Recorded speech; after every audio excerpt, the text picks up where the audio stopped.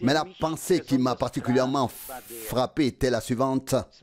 Ce n'était pas un homme qui se contentait de dire ou de prêcher quelque chose, mais un homme envoyé par Dieu. Et cette simplicité avec laquelle il proclamait la parole devait subjuguer tout le monde. Il y a une telle profondeur là-dedans.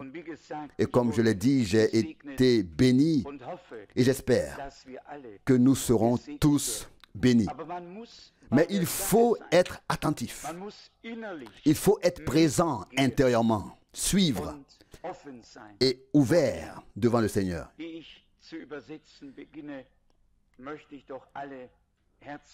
Avant de commencer à traduire, je voudrais souhaiter la bienvenue à tous, en particulier à notre cher frère de Kinshasa, au Zaïre.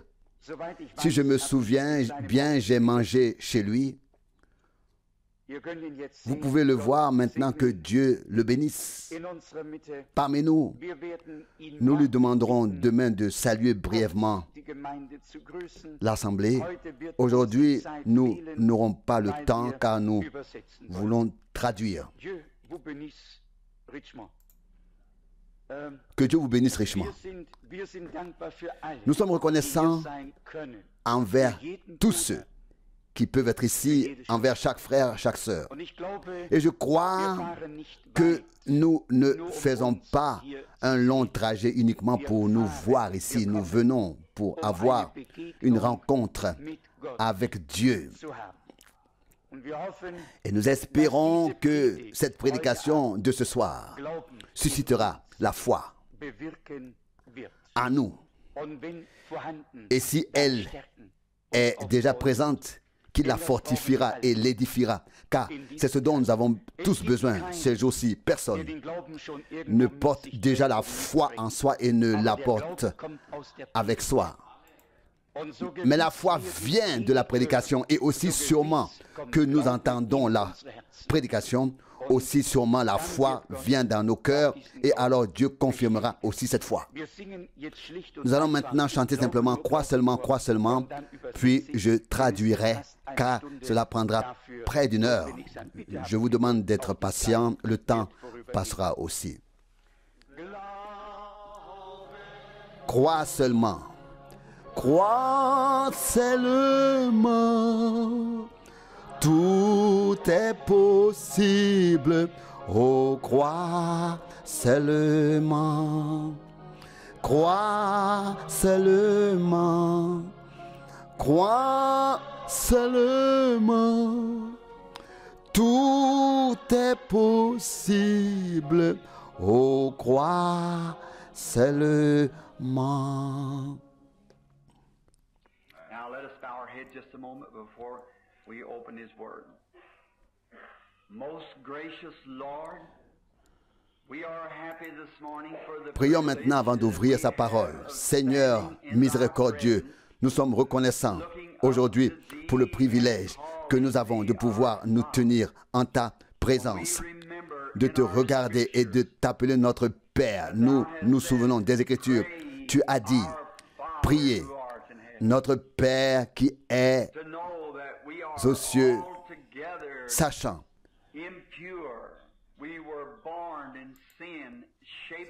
que nous sommes tous impurs, nous sommes nés dans le péché et nous sommes venus au monde en tant que menteurs. Nous sommes misérables, nous sommes mauvais, mais grâce au sang de ton Fils, le Seigneur Jésus, grâce à la grâce imméritée qui nous a été accordée, nous pouvons lever les yeux et dire, Père, comment te remercier pour cela? Et Père, nous te prions aujourd'hui, sonde nos cœurs pendant que nous t'adorons. Nous venons dans un seul but, celui de t'adorer et de célébrer ce grand jour où nous vivons, où tout semble avoir échoué. Mais une chose est sûre, qui ne peut échouer, c'est Jésus. Car il nous a dit ici sur terre Le ciel et la terre passeront, mais mes paroles ne passeront point. Quelle certitude nous avons reçue. Notre âme peut reposer éternellement en elle, sur sa parole. Eh bien, elle nous a été donnée sous la forme d'un livre appelé la Bible, écrit par le Saint-Esprit et qui ne peut être révélé que par le Saint-Esprit. Qu'il vienne maintenant sur la parole écrite et parle par des lèvres mortelles à des oreilles mortelles, mais qu'il donne une compréhension éternelle dans les cœurs. Seigneur, sonde nos cœurs. Nous voulons t'aimer davantage, avoir une communion plus intime avec toi et nous rapprocher de toi. Nous te prions, Seigneur, en ce jour. Il y a tant de personnes dans le besoin, ici et dans le pays. Puissions-nous recevoir ce qu'il a acquis pour nous lorsqu'il a été frappé. Car il est écrit, il a été meurtri pour nos transgressions. Et par ses meurtrissures, nous sommes guéris. Oh, que le Seigneur soit loué et que mon âme n'oublie pas le bien qu'il a fait. Lui qui pardonne toutes tes transgressions et qui guérit toutes tes maladies. Seigneur, puissions-nous t'adorer ainsi et que tous ceux qui ont besoin de quelque chose le reçoivent, le salut pour l'âme, la guérison pour le corps, puissent-ils recevoir toutes les bénédictions. Et ce dès maintenant. Nous nous remettons à toi, Seigneur, et nous te demandons de nous parler, de nous écouter et de répondre à nos prières, car nous te le demandons au nom de ton Fils, Jésus-Christ, notre Sauveur. Amen.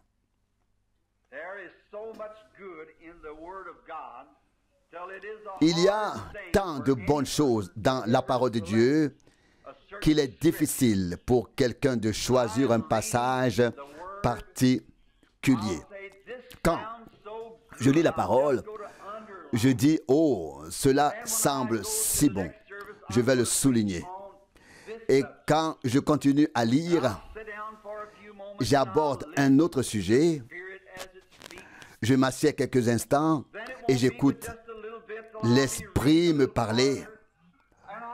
Au bout d'un moment, je reprends ma lecture, puis je retrouve et je trouve quelque chose d'encore meilleur. Je le souligne, je me dis, je prêcherai là-dessus quand j'irai à l'assemblée. Et avant même de m'en rendre compte, ma Bible est soulignée partout.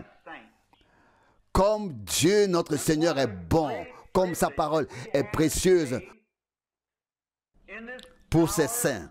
Et quel grand privilège nous avons aujourd'hui, à une époque, à une heure, dans cette heure où tous les espoirs semblent s'être envolés. Et pourtant, nous trouvons un fondement inébranlable, à savoir dans la parole. Cela fait quelques jours que j'ai à cœur, comme je l'ai dit à frère Neville, ou comme je le lui ai fait dire par Sir Woods, de parler aujourd'hui du thème « L'écriture sur le mur ». C'est un message que le Seigneur m'a donné lorsque je suis revenu de Californie. Mais ce message était si émouvant. C'était un moment particulier. Et je me suis dit, les gens comprennent-ils que nous vivons une époque particulière avec tout ce qui se passe actuellement, avec ce qu'ils envoient dans l'espace, etc. Nous sommes certainement à la fin. Et puis, quand les gens sont dans cet état et qu'on les laisse ainsi, sans leur apporter un message qui leur donne de l'espoir, cela ne va pas. Sinon, les gens sont dans un état où ils deviennent nerveux et se demandent ce qui se passe. Et je pense que lorsque je reviendrai dimanche prochain, je parlerai du thème « L'écriture sur le mur ». Puis du thème « L'Église sera-t-elle enlevée avant la tribulation ?» Si donc toutes ces choses sont si proches, alors l'enlèvement est encore plus proche que la tribulation, etc. Car nous reconnaissons que l'Église sera enlevée avant la tribulation. Je voudrais lire dans le livre de l'Apocalypse, au chapitre 3, ce qui concerne l'Église d'aujourd'hui. Je lis ici le verset 14. Apocalypse 3, verset 14. Écrit à l'ange de l'Église de Laodicée, ainsi parle celui qui est l'Amen, le témoin fidèle et véritable, le commencement, l'origine de la création de Dieu. Verset 15. Je connais tes œuvres. Tu n'es ni froid ni chaud. Oh, si seulement tu étais froid ou chaud. Verset 16. Mais parce que tu es tiède, ni chaud ni froid, je te vomirai de ma bouche. Verset 17. Parce que tu dis, je suis riche, je me suis enrichi et je n'ai besoin de rien.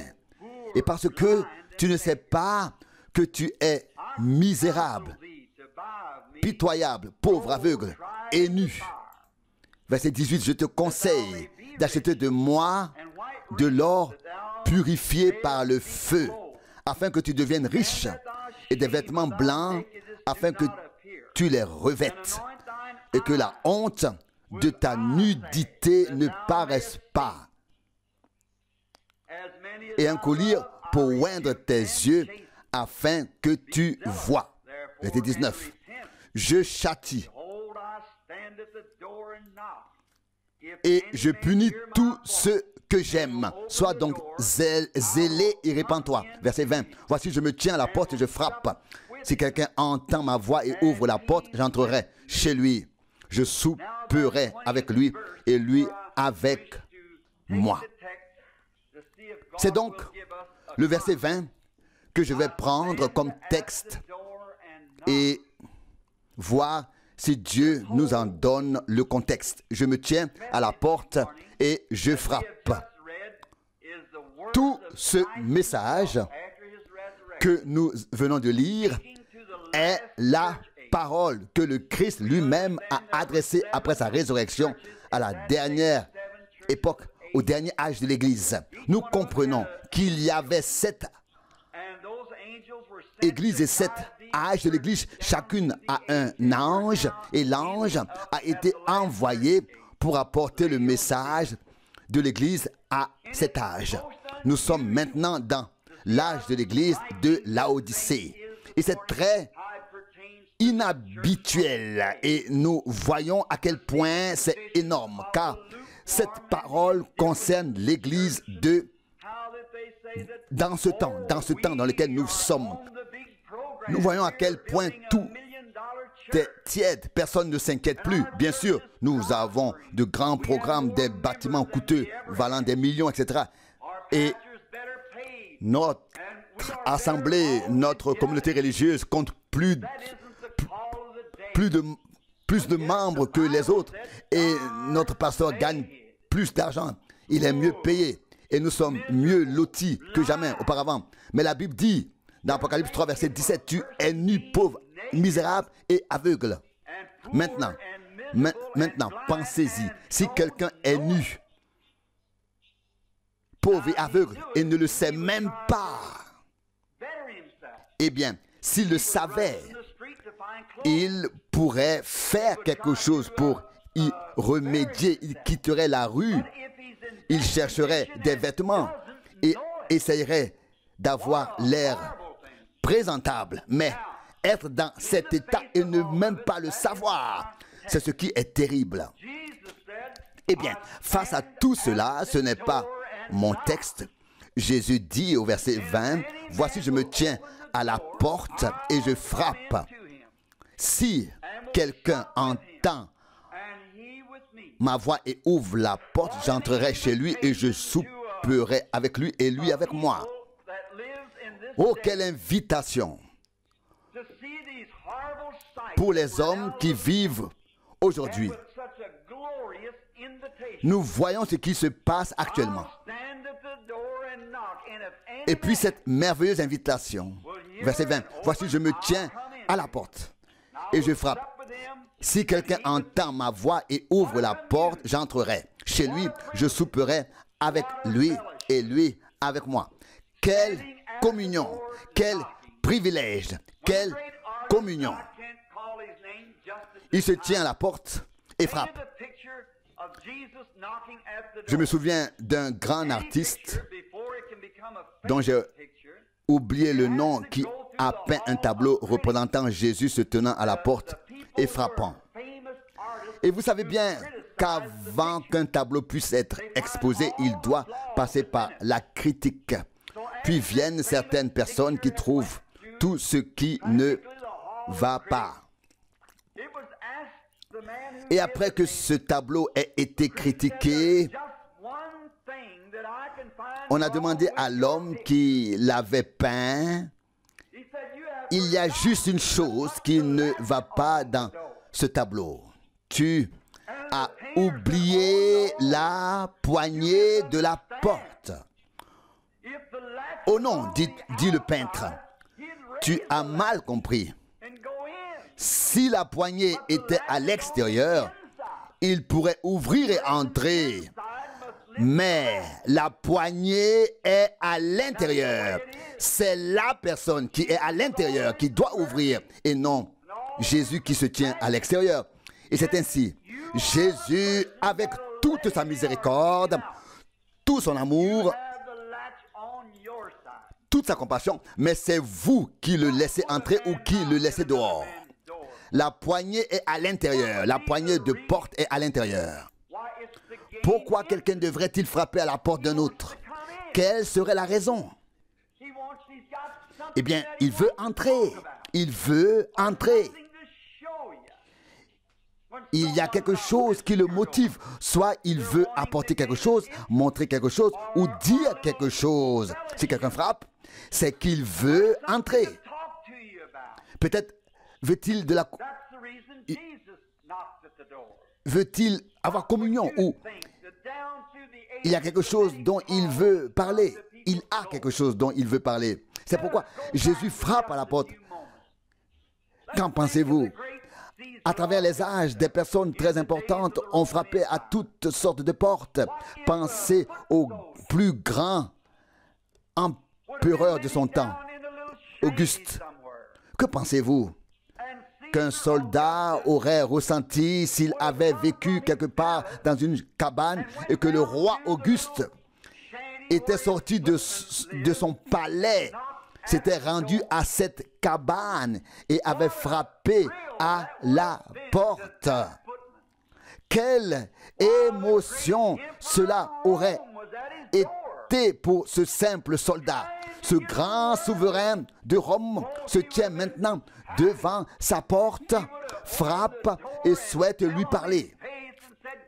Oh, il aurait ouvert la porte, serait tombé à genoux et aurait dit, « Grand souverain, entrez dans ma modeste demeure. Tout ce que vous voyez ici vous appartient. » Bien sûr, il aurait été bouleversé d'avoir un tel privilège, celui d'accueillir le souverain de Rome de l'époque.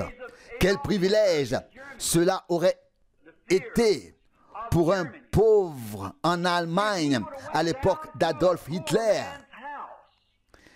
Si cet homme était venu chez un pauvre et avait frappé à sa porte, et l'homme serait allé à la porte et aurait regardé, et là, le Führer de l'Allemagne, le grand Hitler, comme on l'appelait, se tient à la porte, le souverain, le dictateur du pays. Oh, on aurait dit, je ne suis pas digne qu'un tel homme frappe à ma porte. Pensez-vous que ce Führer veuille parler avec moi, simple citoyen, il aurait ouvert la porte, se serait prosterné et aurait dit, entrez fureur. Bien sûr, tout ce qui se trouve ici vous appartient, grand fureur du pays. Bien sûr, cet homme aurait été heureux et même honoré qu'un tel homme vienne le voir. Vienne le voir. Et vous devez tenir compte de l'importance de la personne qui frappe à la porte. C'est de cela qu'il s'agit. Si c'était un mendiant, vous pourriez peut-être lui fermer la porte au nez. Peut-être n'avez-vous rien à donner ou êtes-vous gêné qu'un mendiant frappe à votre porte? Alors vous fermeriez la porte. Mais s'il s'agit d'une personne importante, que feriez-vous? Je vous le dis. Aujourd'hui, si le président Dwight Eisenhower venait aujourd'hui à Jeffersonville et frappait à la porte d'un bon démocrate, vous vous senteriez honoré d'aller lui ouvrir et de l'inviter à entrer en tant que président. Même si vous êtes politiquement opposé, vous vous sentiriez néanmoins honoré qu'il vienne chez vous. Pourquoi? Parce qu'il est le président des États-Unis. C'est un homme très important. Même si vous n'êtes pas d'accord avec lui sur le plan politique, vous vous sentiriez honoré, même en tant que démocrate, ici dans cette ville ou dans une autre ville, s'il venait en tant que Dwight Eisenhower, en raison de son importance en tant que président des États-Unis. Un grand homme, un homme honorable, et il occupe une position élevée. Récemment, la reine d'Angleterre est venue. Elle s'est rendue au Canada et a visité toutes les provinces, puis elle est venue aux États-Unis. Et il n'y aurait pas une seule personne dans toute l'Amérique qui n'aurait pas été heureuse que cette reine vienne leur rendre visite. Qu'auriez-vous pensé aujourd'hui si la reine d'Angleterre, même si vous n'appartenez pas à son pays, vous êtes américain, mais si elle venait frapper à votre porte, et vous verriez ses servantes et elle se présenterait comme la reine d'Angleterre et dirait « Je voulais vous rendre visite. Quel honneur ce serait en raison de son importance. Elle est reine et l'une des plus grandes reines du monde. C'est la reine d'Angleterre. Même si elle n'a aucun pouvoir dans ce pays, mais en raison de son importance, vous seriez heureux de la laisser entrer. Et je serais heureux de l'accueillir, sachant que j'aurai le privilège et l'honneur de l'avoir comme invitée en tant que reine d'Angleterre. Mais maintenant, il s'agit de Jésus. Jésus se tient à la porte. Il frappe. Et nous le laissons dehors. Et ne lui ouvrons pas la porte. Nous le laissons frapper. Et je vous demande, qui est plus important que Jésus? Dites-moi, qui est plus grand que lui? Et ici, il dit, je me tiens à la porte et je frappe. Si quelqu'un m'ouvre, j'entrerai et je souperai avec lui.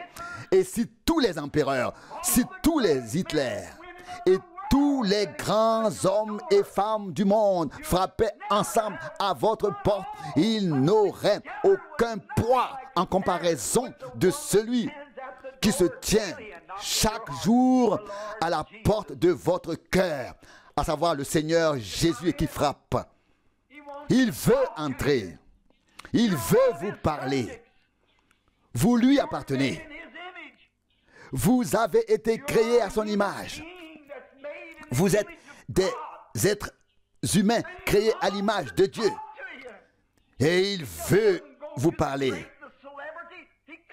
Il ne va pas vers les grandes personnalités, il va vers les pauvres, vers ceux qui ont besoin de lui. Et tous ceux qui entendent sa voix et ouvrent la porte, il entre chez eux, il leur parle. Maintenant, réfléchissez à ce que cela signifie. Aujourd'hui, le roi de gloire, le grand je suis, celui qui était dans le buisson ardent, celui qui a séparé les eaux pour que le peuple d'Israël puisse passer, celui qui a parlé et le soleil s'est arrêté, c'est lui qui a formé le soleil et la lune, celui qui a dit Lazare sort. Et l'homme qui était mort depuis 4 jours est sorti du tombeau et est revenu à la vie. Réfléchissez-y. Celui qui est entré dans la fosse au lion avec Daniel et l'a protégé des lions. Celui qui est entré dans la fournaise ardente avec les 3 hommes et a éloigné le feu d'eux. Celui qui s'est tenu là et a dit « Je suis la résurrection et la vie. Celui qui croit en moi vivra même s'il meurt. Et quiconque vit et croit ne mourra jamais. » Il se tient à la porte de toute l'humanité. Il frappe et veut entrer. Il veut avoir accès à ton âme. Oh, quelle personne importante. Ne la rejetez pas. Maintenant, vous me dites, oh frère Branham, attendez un instant, je ne suis pas tout à fait d'accord avec vous. Je l'ai laissé entrer. Oh, c'est bien. Je suis heureux que vous l'ayez fait, que vous l'ayez laissé entrer. Mais savez-vous ce que vous avez fait? Il semble que vous l'ayez laissé entrer par la porte, mais vous avez beaucoup de petites pièces et de compartiments dans votre maison. Vous venez de le laisser entrer, mais il se tient là à la porte d'entrée. Il n'a rien à dire. Il ne peut aller nulle part. Il ne doit rien voir. Il doit venir, mais il doit rester là, à l'entrée. Oui, et qu'en aurait-il été si un guide? Si quelqu'un était venu et que vous lui aviez dit « Restez bien à la porte », c'est ce que nous faisons souvent, nous qui nous appelons chrétiens. C'est ce que nous faisons avec Jésus. Vous dites « Entre, oui, je crois que tu es le Fils de Dieu, mais laisse-moi tranquille, je m'occupe de mes affaires tout seul. » C'est cela qui est dangereux. Vous avez de toutes petites portes dans votre cœur, de petits compartiments dans votre cœur. Tous les chrétiens en ont, et oui, ils laissent entrer Jésus, mais ils ne laissent pas Jésus suivre son chemin. Ils lui souhaitent la bienvenue. Oui, mais que se passerait-il si je venais chez vous et que vous me disiez « Bienvenue ». Sois la bienvenue et que je me sentais comme votre frère, je m'assiérais, j'entrerais dans la pièce et je me sentirais chez moi. Et si je venais chez vous et que vous m'accueilliez, si j'étais accueilli, alors si j'étais fatigué, je m'allongerais là où il y a un lit. Et si je voulais manger, je trouverais la cuisine. Et je saurais que je suis le bienvenu. Et si je venais chez vous et que vous me disiez, reste ici, tu ne peux pas entrer là. La porte, non, pas là et pas là. Alors, à cette porte, non. Alors, rentre, mais pas à cette... Reste là à l'entrée. Alors, je ne serai pas le bienvenu. Mais c'est ainsi aujourd'hui avec les gens qui se disent chrétiens. Oh, vous dites, j'appartiens à l'assemblée. Oh, c'est bien. Mais voyez, la raison pour laquelle il y a tant de détresse dans les assemblées, tant de confusion dans l'église, tant de désaccords, tant de désordre, ce n'est pas parce que Jésus n'est pas là, mais parce qu'on ne lui permet pas de prendre les choses en main et d'agir. Nous avons les petits compartiments. Oh, tu ne dois pas toucher à ça. Tu peux entrer, mais pas plus, pas plus. Pas plus loin, pas plus loin. Je vais à l'assemblée, mais laisse-moi tranquille avec mes affaires. Mais Jésus veut être le souverain suprême sur vous. Et la seule façon dont il peut vous bénir, c'est en devenant votre Seigneur. Et Seigneur signifie propriété et domination. Propriétaire et domination. Jésus a le droit d'accéder à tous les domaines de votre vie. N'ayez aucun secret pour lui. Ouvrez-lui votre cœur. Parlons maintenant quelques instants de certaines de ces choses. Une petite porte, c'est la porte de l'égoïsme. Oh, nous trouvons si souvent cet égoïsme dans le cœur des chrétiens. L'égoïsme. Oh oui, oui, pour moi, je revendique cela. Oui, et peut-être tant que c'est dans mon assemblée, mais si ce n'est pas précisément l'assemblée baptiste ou presbytérienne ou pentecôtiste, si c'est en dehors de l'assemblée pentecôtiste, alors ce n'est plus bon. Vous voyez, Christ ne peut pas exercer sa domination sur vous. Il ne peut pas être le Seigneur. S'il est le Seigneur, alors il règne. Et si vous dites, je veux qu'il fasse quelque chose pour moi, mais si je peux garder tant et tant pour moi, bon, j'irai à l'assemblée, peut-être que les gens auront alors une meilleure opinion de moi si je vais à l'assemblée. Mais vous n'ouvrez toujours pas votre porte. Non, il continue de frapper. Eh bien, vous dites peut-être, je suis comme ça depuis que je suis enfant et peut-être que je me considère, plutôt vous me considérez un peu supérieur ou un peu meilleur que les autres et peut-être que vous ne voulez pas non plus être là où l'on dit Amen et gloire à Dieu et Alléluia et ainsi de suite. Non, je ne veux pas y aller. Alors, il n'est pas encore votre Seigneur. Il a dit, mes brebis entendent ma voix. Il devient alors votre Seigneur, votre souverain. Je le laisserai entrer si j'obtiens la meilleure place dans la meilleure assemblée. Et si la réunion avait lieu dans une grange, tant qu'il m'appelle, j'irai, je le laisserai entrer et je le laisserai être le Seigneur. Qu'il fasse ce qu'il veut. Et puis, il y a une autre porte appelée orgueil. Oh, quel terrible démon noir est cet orgueil.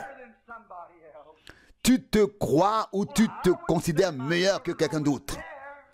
Oh, je ne suis pas comme lui, je m'habille mieux et je suis meilleur.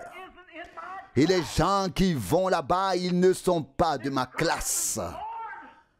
Mais si Christ est le Seigneur et s'il est dans ton cœur, alors nous sommes tous de la même classe. Car par un seul esprit, nous avons tous été baptisés dans un seul corps. Vous voyez? C'est un conflit dans lequel vous vous trouvez. Oui, Jésus doit venir, mais alors il ne doit plus rien faire d'autre. Je préfère ne pas faire bonne figure devant les autres, mais veillez à ce que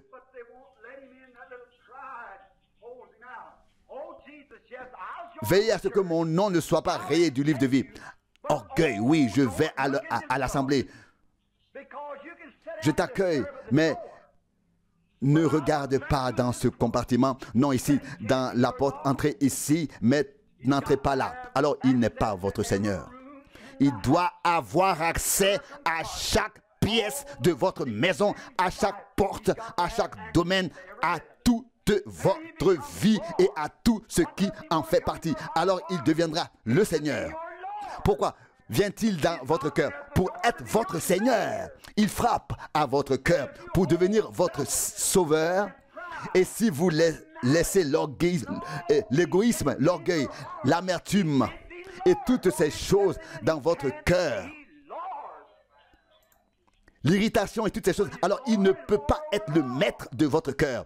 Si ces choses y sont présentes encore, s'il est le maître, alors il est le maître de tout, dans tout votre cœur. Et c'est pourquoi il continue de frapper. Oh Seigneur, laisse-le entrer. Je veux entrer, dit-il.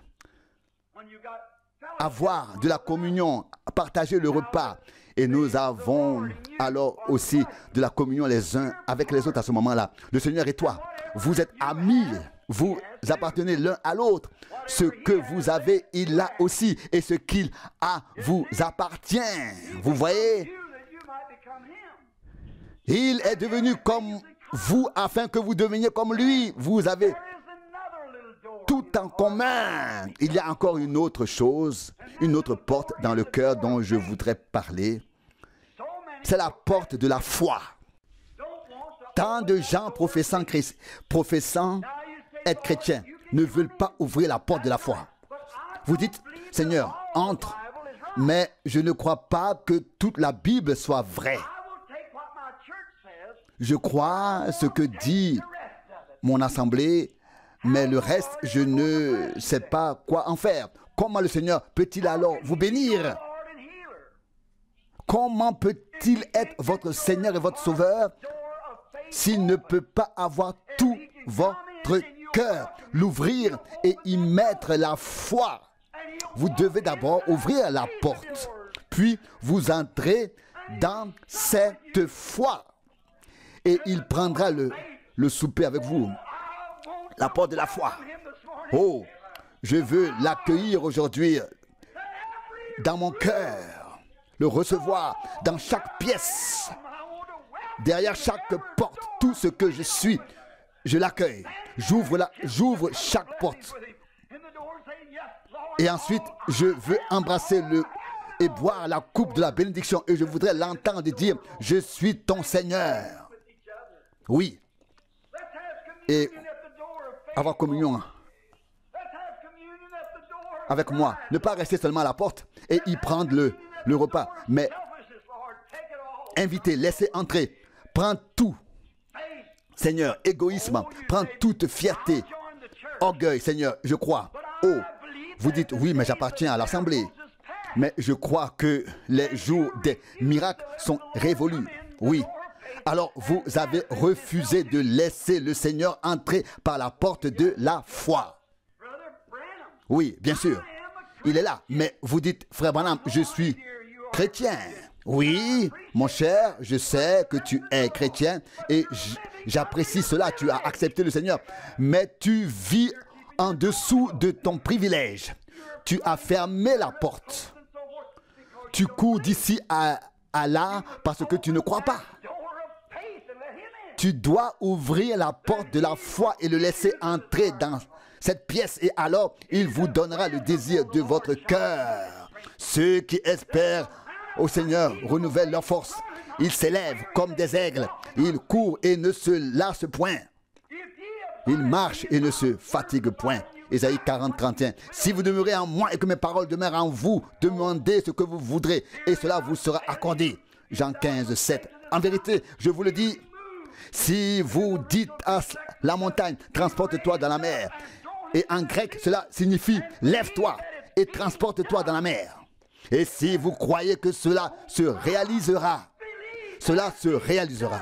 Oh, Marc 11, 23. Oh, comme c'est merveilleux. Croyez que cela s'est accompli et vous aurez ce que vous avez demandé.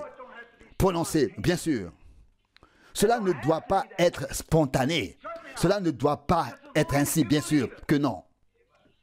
Cela s'accomplira tant que vous y croyez. C'est là que les chrétiens échouent aujourd'hui. La Bible dit que la foi est la substance des choses elles-mêmes. La preuve des choses que l'on ne voit pas encore.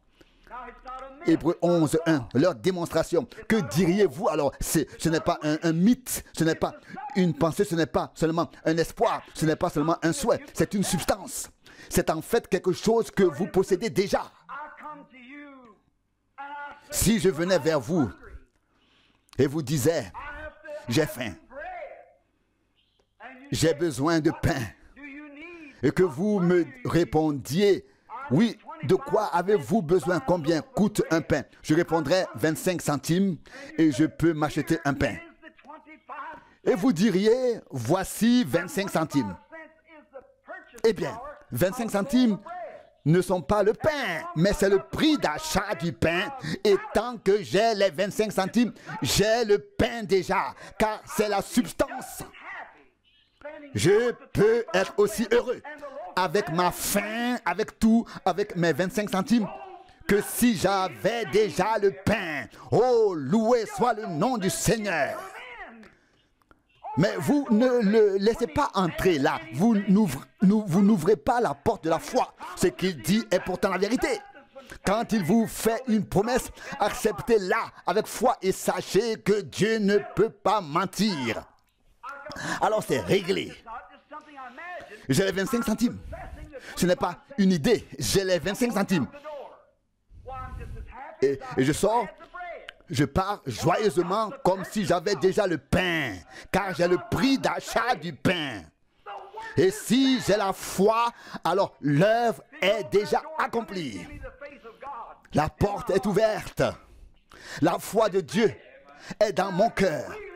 C'est accompli. Si je peux vraiment croire en lui, alors cela n'a pas besoin d'arriver immédiatement. Immédiatement. La Bible dit, Hébreux 11, 27, Moïse regardait celui qui ne voyait pas comme s'il le voyait. Et Moïse a reçu les 10 commandements, etc. Une image magnifique. Eh bien, Moïse regardait l'invisible comme s'il le voyait. Il le regardait et il tenait bon. Abraham, lorsqu'il a reçu la promesse à 75 ans, à 75 ans, qu'il aurait un fils avec Sarah, pour lui c'était réglé. À l'instant même où Abraham a ouvert son cœur, la porte de la foi s'est ouverte, c'était déjà accompli pour lui. Arrivé pour lui, il vieillissait de plus en plus. Et la Bible dit dans Romains 4, verset 20, il ne s'affaiblit pas par son incrédulité, mais il devint de plus en plus fort et rendit gloire et honneur à Dieu, car il savait que Dieu pouvait faire, était plus que capable de faire ce qu'il avait dit. Amen. Ça, c'est la foi. Les années passèrent. Sarah, non, mais il ne trébucha pas sur la promesse de Dieu par incrédulité. Il loua Dieu et devint plus fort. Nous nous appelons chrétiens. Nous laissons Jésus entrer, nous sommes chrétiens. Et on peut prier pour nous, on peut nous oindre, des miracles peuvent se produire devant nous et vous pouvez le voir. Et si vous n'êtes pas guéri sur le champ, alors vous ne croyez pas. Alors vous dites, je ne l'ai pas reçu. Vous voyez, vous n'avez aucune foi. Vous devez le laisser entrer et dire, Seigneur, voici la porte, entre, prends tout en main dans ma vie maintenant. Et il entrera, et alors ce sera réglé pour toujours. Je me tiens là et je frappe. Il veut entrer par la porte de la foi. Et alors, les choses seront réglées. Les 25 centimes dans ma main valent autant que le pain. J'ai le prix d'achat pour cela. J'ai la substance ou le prix d'achat pour la substance. Et lorsque la foi est ancrée dans votre cœur, rien ne peut vous ébranler. L'œuvre est accomplie. Déjà, Dieu l'a faite. C'est fait pour toujours. Je descends la rue, je traverse la rivière. J'ai de plus en plus faim. Je n'ai pas encore le pain. Mais pendant que je marche néanmoins dans la joie. Car j'ai le prix d'achat. J'ai la certitude que le pain m'appartient déjà. Que je l'ai déjà reçu. Oh, que son saint nom soit loué. Avant d'y arriver, je vais peut-être avoir des crampes d'estomac à cause de la faim. Je vais peut-être m'évanouir ou quoi que ce soit d'autre. Peu importe ce qui peut qu'arriver en chemin. Tant que je tiens les 25 centimes, le pain doit m'appartenir. Oh, loué soit Dieu. Quand la foi jette son encre, tout doit s'écarter. Dieu dit que je suis guéri et je suis guéri. Je le laisse entrer dans la porte de mon cœur. Il m'a fait cette promesse. Rien ne peut m'en détourner. C'est là déjà, croyez-le. la porte de la foi. Combien de chrétiens l'excluent? Combien de pentecôtistes le laissent sortir par la porte de la foi? Baptistes, presbytériens, méthodistes. Oh, il y a beaucoup de portes. Je dois en mentionner une autre. Et c'est la porte de vos yeux. Et ici, il est dit, tu es aveugle et tu ne le sais pas. Il parle de l'église d'aujourd'hui. Spirituellement aveugle. J'ai parlé à quelqu'un, je ne peux pas le dire publiquement. Mes frères Softman et quelques autres frères Jean et j'ai demandé tout cela mène. Où tout cela mène-t-il? Pourquoi les gens ne peuvent-ils pas voir ces choses et comprendre ces choses? Pourquoi ne peuvent-ils pas comprendre? Même cette image, cette photo devrait bouleverser la nation. Même un journal ne peut la publier. Qu'a dit le docteur John Elezi du FBI? Il a dit, Mr. Branham, un jour, on trouvera ces choses dans les magazines à 10 cents. Pas d'écho, pas de réponse. J'ai dit, en vérité, prenez les cas des possédés à Portland, prenez les sorciers en Inde, prenez ce qui s'est passé au bord de la rivière et tout ce qui s'est passé. Et on peut difficilement organiser un rassemblement plus important. Quelque chose nous retient. Qu'est-ce que c'est? Ils n'ont pas reconnu Élie avant qu'il ne soit parti. Beaucoup ne savaient pas qui était Jean avant qu'il ne soit décapité. Ils ne savaient pas que Jésus était le sauveur du monde avant de l'avoir crucifié. Saint Patrick détestait la communauté religieuse romaine, catholique, et protestait contre elle. Mais après sa mort, ils l'ont fait saint. De son vivant, ils ne savaient pas qu'il était un saint. Ils ne savaient pas que François d'Assise était un saint. C'était un prédicateur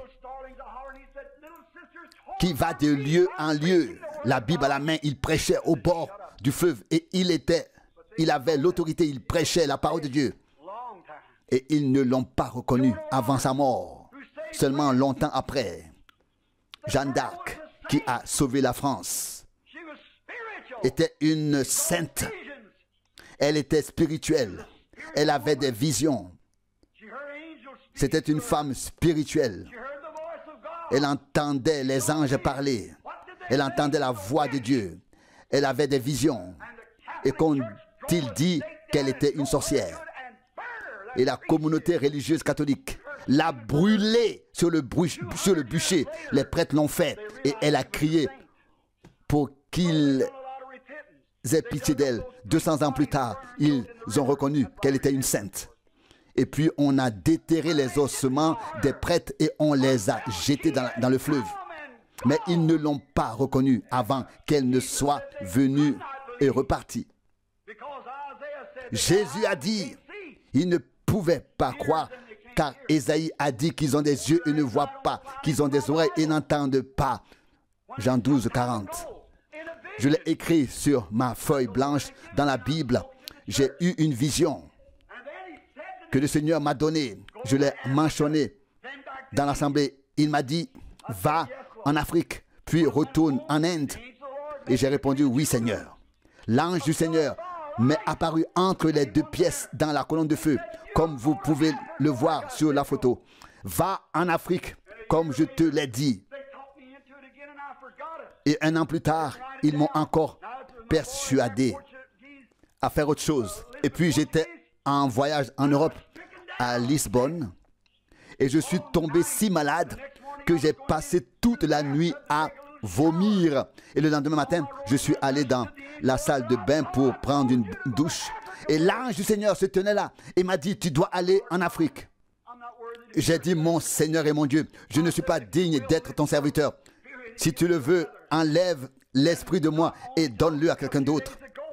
Je ne suis pas digne d'être ton serviteur. Et puis, j'ai pris des dispositions pour pouvoir aller en Afrique.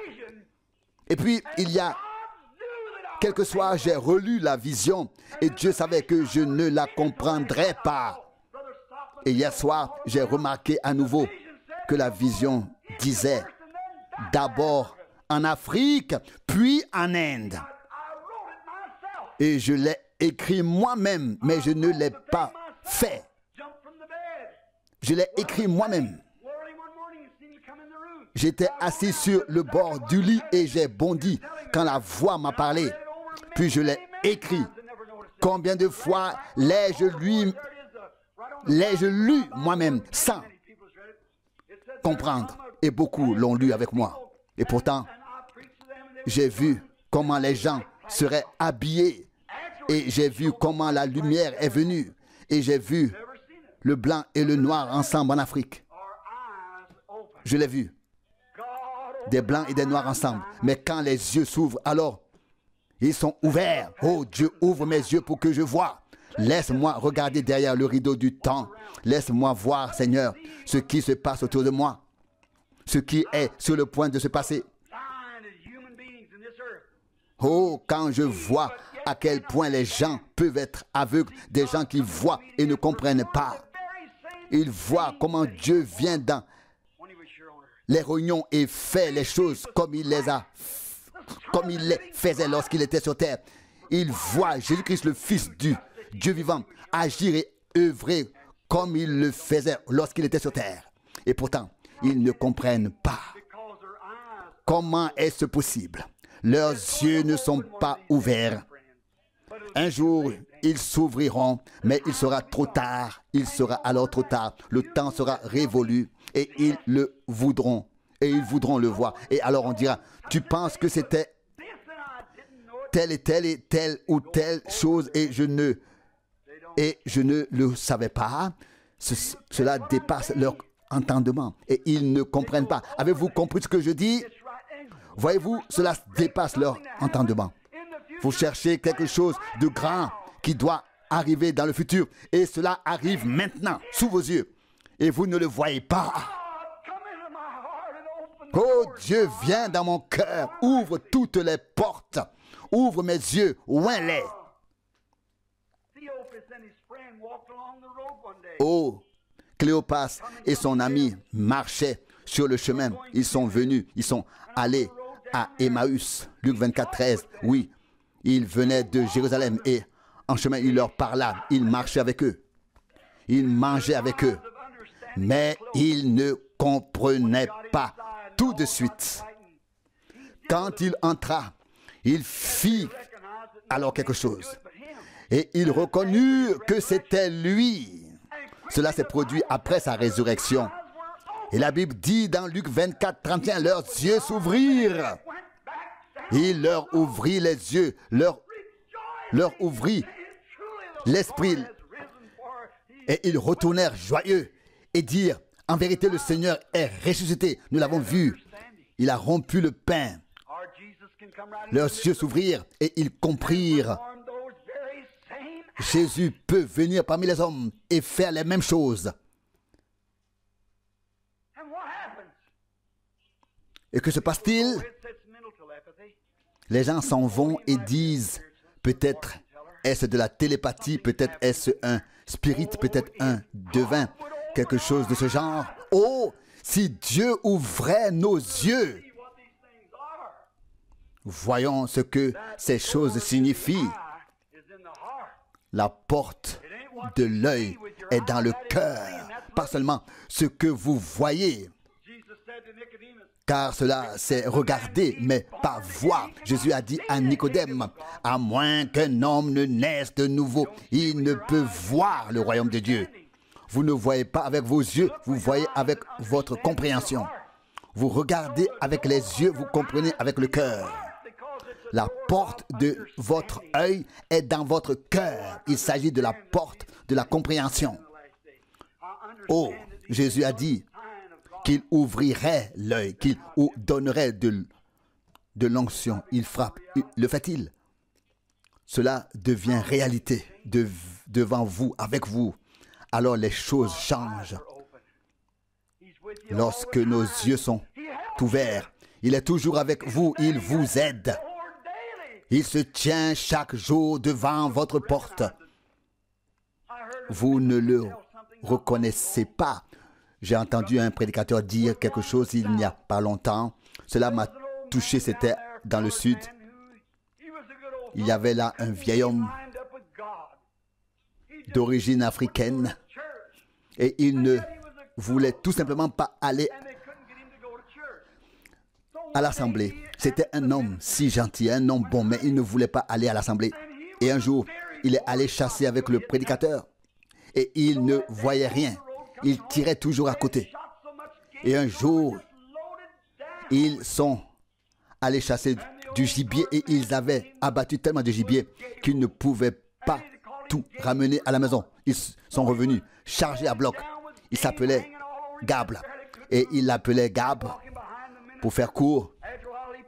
Et tout était chargé à bloc. Il marchait derrière le pasteur, le prédicateur. Puis il a tapoté l'épaule du prédicateur et lui a dit, prédicateur. Et celui-ci lui répondit, Gab, que veux-tu? Il a dit, dimanche matin, je viendrai d'abord à l'hôtel et je me repentirai de ne pas avoir cru.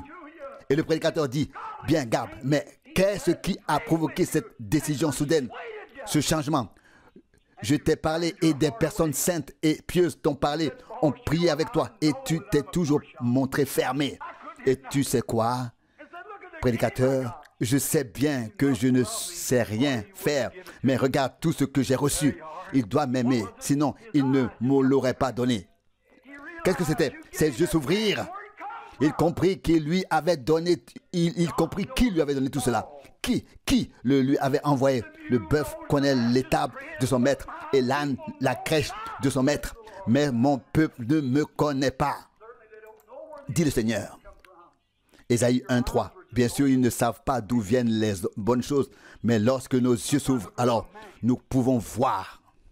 Il y a quelque temps, un homme se rendait à la mer. Il voulait s'y reposer, se rafraîchir. Et il pensait que s'il voyait les mouettes, s'il voyait les vagues et entendait le bruit de l'eau, il voulait sentir l'odeur de l'eau salée. Et il pensait que le fait d'être au bord de la mer lui apporterait du repos. Je peux rester là pendant un certain temps pour voir toutes ces choses que la mer a à offrir. Le ciel bleu qui se reflète dans l'eau, l'écume sur l'eau salée et le grondement de la mer. Et il avait toutes ces idées sur ce qu'il allait vivre là-bas, toutes ces imaginations. En chemin, il rencontra un homme. C'était un vieux marin, un très vieux marin. Et il lui demanda, où vas-tu? Je vais à la mer pour découvrir la bonté de la mer. L'homme répondit, et alors? Qu'est-ce que c'est ça? L'eau n'est que de l'eau. Le ciel n'est que le ciel. Et les mouettes ne sont que des mouettes, des oiseaux comme les autres. Il avait vu cela tellement souvent que cela lui était devenu habituel, banal. Cela ne l'impressionnait pas. Il en va de même pour vous, les humains. Vous avez tellement vu la bonté de Dieu, les miracles et les choses divines qu'elles sont devenues banales, habituelles pour vous. Vous n'y prêtez plus attention. Cela ne signifie plus rien pour vous. Et quand la parole du Seigneur vient, la distinction, le discernement et la révélation dans l'assemblée se manifeste de la même manière qu'à l'époque où il marchait lui-même en Galilée. Et les gens, oh, pour la première fois, ils retiennent leur souffle. Oh, c'est le Seigneur, merveilleux, grand, puissant. La fois suivante, oui, c'est encore arrivé et cela fait déjà partie du quotidien. C'est devenu courant, habituel. Cela a dépassé les gens. Les yeux de votre compréhension n'ont pas été ouverts. La puissance d'être enthousiasmé, d'être touché, d'être impressionné. La bénédiction, l'onction, le Seigneur, Jésus ressuscité, qui est parmi nous et qui fait tout cela. Vous n'êtes pas submergé, touché. C'est la plus grande chose qui puisse arriver dans ce monde. Il devrait vous arriver quelque chose. Il devrait y avoir en vous une telle foi que toutes les autres portes s'ouvrent. Et vous dites, Seigneur, sois le Seigneur. Prends-moi tel que je suis. Prends soin de moi. Voici mon cœur. Enlève mon égoïsme. Enlève mes malentendus. Enlève mes doutes. Ouvre mes yeux. Laisse-moi voir. Prends tout ce que je suis et tout ce que j'ai. Sois mon Seigneur. Tant que l'Église ne fera pas cela, nous continuerons à avancer dans l'aveuglement et Jésus continuera à frapper à la porte, mais il restera dehors. Prions maintenant. Inclinons la tête. Alors que nos têtes sont inclinées en silence et que nos visages sont inclinés vers la poussière d'où nous venons. Et la poussière retournera à la poussière. Si quelqu'un ici n'a pas encore ouvert son cœur au Seigneur Jésus, alors que toutes les têtes sont inclinées. Faites-le. Merci, monsieur. Merci. Que Dieu vous bénisse. Quelqu'un d'autre, que Dieu vous bénisse. Jeune homme, j'ouvre maintenant mon cœur. Et je dis, Seigneur, Jésus, prends-moi tout entier. Prends pleinement possession de moi. Sois mon Seigneur. Que Dieu vous bénisse. Sois mon Seigneur. Que Dieu vous bénisse. Madame, sois mon Seigneur. Le Seigneur de ma fierté. Le Seigneur de ma foi. Le Seigneur de mes yeux. Le Seigneur de ma vue. Le Seigneur de mon entendement, le Seigneur de mon appétit, etc. Je pourrais parler de nombreux sujets. Sois le Seigneur de tout. Que Dieu vous bénisse, mes frères. Prends-moi, Seigneur. Prends-moi. Que Dieu te bénisse, frère. Prends-moi tel que je suis, Seigneur. Que Dieu te bénisse, sœur. Que Dieu te bénisse. Que Dieu te bénisse. Que Dieu te bénisse. Prends-moi tel que je suis. Et prends le contrôle total sur moi. Ce n'est pas moi qui te guiderai, qui te conduirai, mais c'est que ce soit toi qui me conduise réellement. Quelqu'un a dit que Dieu te bénisse, frère. Quelqu'un a raconté une histoire à propos de quelqu'un et d'un pony auquel il avait attaché une corde et il voulait le faire s'accroupir. Au début, l'homme guidait le pony, puis le pony guidait l'homme. Oh, c'est ça. Dieu nous saisit et nous pensons que nous devons le conduire, le guider. Non, c'est lui qui doit nous guider. C'est lui qui connaît le chemin. C'est lui qui l'a parcouru. C'est lui qui a tracé le chemin. C'est lui qui l'a aplani. Nous ne connaissons pas le chemin. Pourquoi essayons-nous de comprendre les choses? Pourquoi ne disons-nous pas simplement, Seigneur, guide-moi, je te suivrai? Peut-être êtes-vous chrétien. Peut-être que le Christ est entré en vous, mais vous n'avez pas mis votre foi en action. Vous n'avez pas ouvert la porte. Vous n'avez pas dit enlève toute incrédulité. Dites plutôt, Seigneur, à partir d'aujourd'hui, je veux simplement être comme le frère aux 25 centimes. Je marche dans la foi, Seigneur. Tout ce que tu as promis, tu l'as déjà payé. Cela m'appartient. Je suis en chemin. Je le reçois. Ouvrez vos yeux, vos cœurs. Fin de la traduction, note du traducteur, frère Franck. Certainement, une prédication qui a fait du bien à chacun d'entre nous. Et nous ferions mieux, nous ferions bien de la prendre à cœur et de demander à Dieu de la réaliser dans notre vie.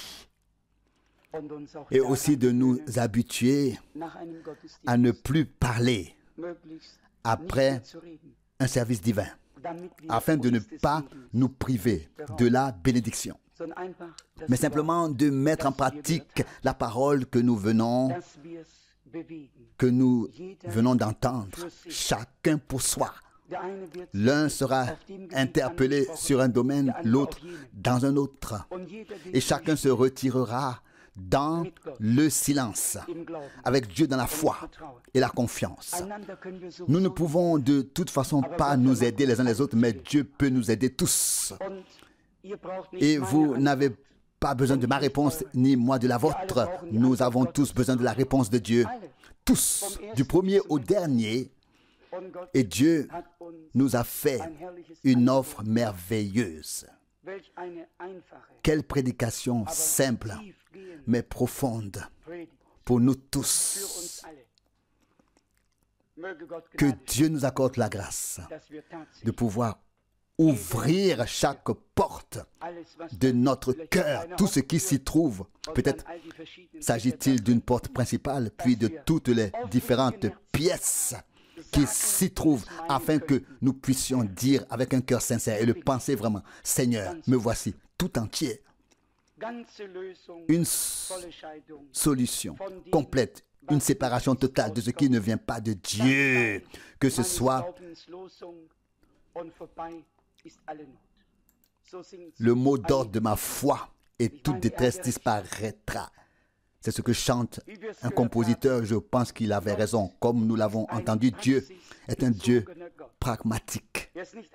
Il n'est pas un Dieu de théorie, mais de pratique. Et ce qu'il a promis, comme nous l'avons entendu, il a fourni déjà. Le prix a été déjà payé entièrement. Tout t'appartient. Tout m'appartient. Mais d'abord, comme nous l'avons entendu, nous devons être entièrement à la disposition du Seigneur afin qu'il puisse vraiment exercer son plein droit sur nous, puis avec nous et à travers nous.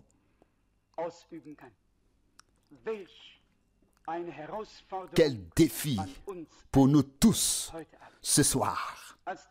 Quand les mains se sont levées, cela a simplement parlé à mon cœur et j'ai pensé comme ce serait beau si nous pouvions nous laisser émouvoir, toucher de la même manière par l'Esprit de Dieu, si la parole de Dieu nous parlait encore, si elle avait encore quelque chose à nous dire, si nous pouvions vraiment la suivre intérieurement.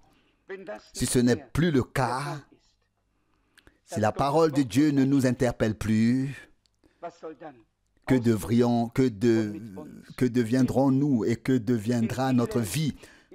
Chez beaucoup, l'amour s'est refroidi, mais il y a des gens qui reviennent à leur premier amour et reçoivent la parole et avec la parole, ce qui y a été promis.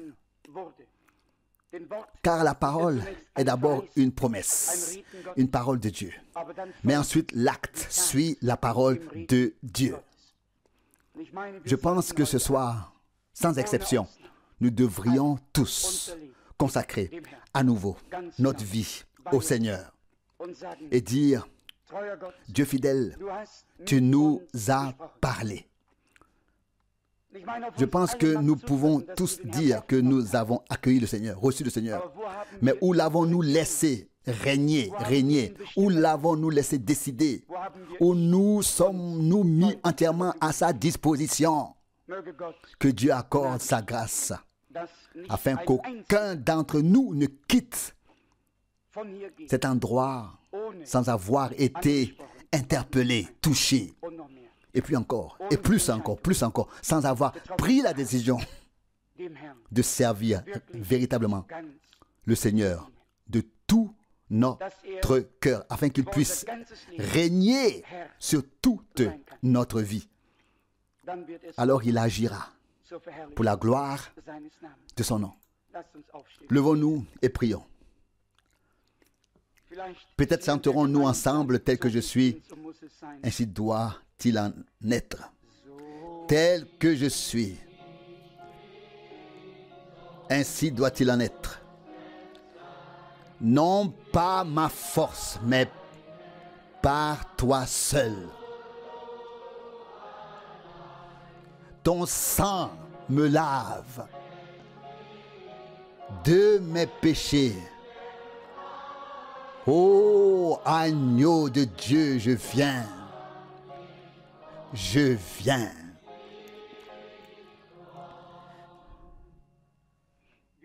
Nous inclinons la tête devant notre Dieu. Nous sommes certainement tous submergés, touchés par le fait que Dieu nous parle encore. Je voudrais savoir combien d'entre vous ont senti au fond de leur cœur que Dieu vous a parlé personnellement. Levez la main. Il y en a quelques-uns ici. Que Dieu vous bénisse, que Dieu vous bénisse. Je crois qu'il n'y a personne à qui le Seigneur n'ait pas parlé.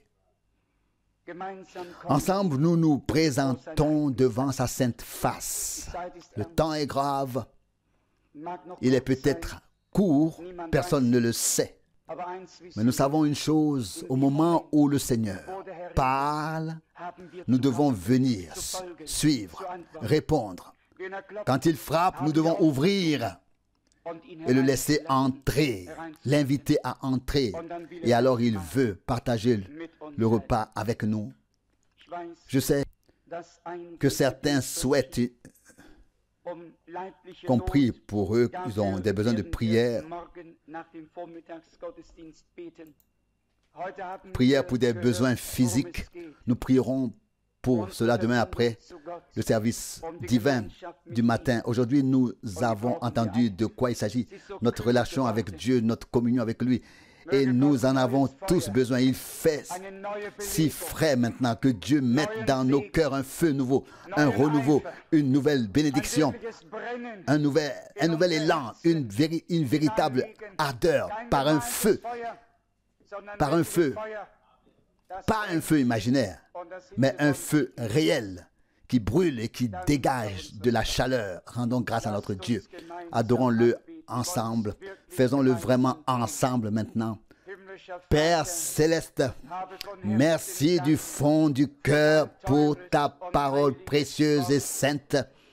Quelle grâce que de pouvoir l'entendre. Quel privilège que tu nous parles encore. Seigneur, nous admettons que l'état décrit dans ta parole est notre état tiède, paresseux, aveugle, nu, misérable. Tel est mon état, tel est notre état. Seigneur, nous le confessons et nous te prions aujourd'hui. Sois miséricordieux envers nous. Entre, révèle-toi, mets fin à toute cette détresse. Ô Seigneur fidèle, où serais-tu venu sans qu'aucun changement ne se produise? Nous l'avons entendu dans l'introduction. Y a-t-il quelque chose qui m'est impossible? Mon Dieu, ce qui nous semble impossible, cela t'est possible, car tu l'as dit dans ta sainte parole. Tu as promis de rassembler Israël et tu demandes, même si cela vous semble impossible, cela devrait-il me sembler impossible? Non, mon Dieu, rien ne t'est impossible. Tout est possible. Et si nous croyons, alors tu pourras tout faire pour la louange et la gloire de ton saint nom. Dieu fidèle, ce n'est pas à nous d'accomplir beaucoup. Si nous te laissons entrer, tu feras le reste. Alléluia. Oh mon Seigneur, fais-toi une place. Fais-toi un chemin parmi nous, dans nos cœurs. Érige ta croix, ton pardon, ta grâce. Oui, que ton salut soit révélé pour la gloire et l'honneur de ton nom. Seigneur bien-aimé, prends chaque domaine de ma vie et de notre vie sous ton règne. Seigneur, sois le Seigneur, gouverne, décide. Dieu fidèle, nous ne nous appartenons plus, nous t'appartenons. Sauveur, nous voulons être prêts pour la dernière étape, pour le dernier bout de chemin. Ouvre nos yeux, nos mains, nos oreilles et notre bouche pour te remercier, car tu nous as parlé. Et ta parole ne revient pas vide, sans effet, elle accomplit ce pourquoi tu l'as envoyé. Seigneur, toi qui réchauffes le cœur, que ton feu soit rallumé. Mon Dieu, place-nous sous conduite directe de ton Saint-Esprit. Mets fin à toutes les paroles inutiles. Mon Dieu, puissions-nous entendre tes paroles, les garder et les mettre en pratique afin que tu puisses les accomplir. Ô Seigneur, rends-nous silencieux, car c'est dans le silence que nous devenons forts et c'est dans le silence que nous serons aidés. Alléluia. Seigneur, je te remercie d'avoir adressé cette parole à moi. Je te remercie d'avoir adressé cette parole à nous tous. Tu nous as parlé. Loué et glorifié soit ton nom merveilleux et glorieux. Nous louons la puissance de ton sang, de ta parole et de ton esprit. Et nous te remercions d'être toujours à l'œuvre. Adoration et honneur à ton nom merveilleux et saint. Alléluia. Amen.